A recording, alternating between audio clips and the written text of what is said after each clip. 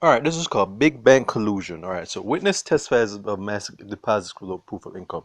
Financial forensic examiner of the Financial Investigation Division (FID) has testified of a web conspiracy between a former municipal officer and several bank personnel in a scheme to make massive deposits without documentary evidence of consumer income. The startling revelation was made yesterday in the Manchester Municipal Corporation multi-million-dollar fraud trial by Desmond Robinson, regarding transactions conducted several financial institutions bound the accused. During Tuesday's sit-ins, the witness revealed that former superintendent of roads and works at this corporation, Sandra Elliott, had a net worth of $255 million. Robinson said that deposits in excess of 48 million made to 4 different banks by Elliott, which contravened protocol of providing a credible source of funds.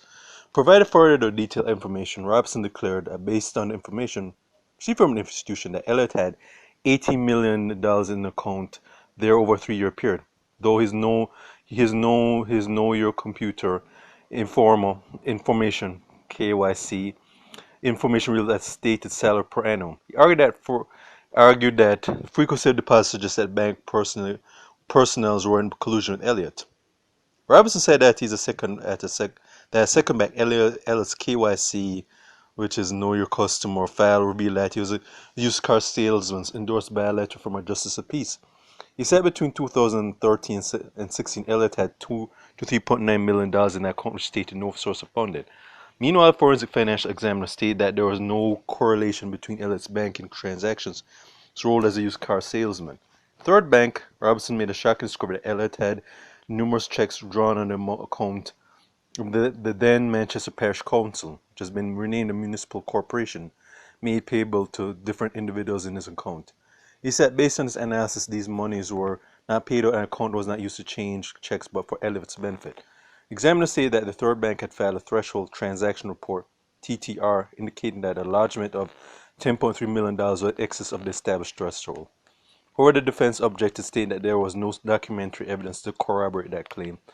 The witness later disclosed that at the time of Elliott's arrest, multiple withdrawals were made by relatives of Elliott from accounts to evade the restrictions placed by the FID. Elliott's wife, Tasha Gay, and his parents, Eduardo and Myrtle, also tried before the Manchester Parish Court, along with Dwayne Sibbles, Carpenter, and Radcliffe McLean on fraud charges.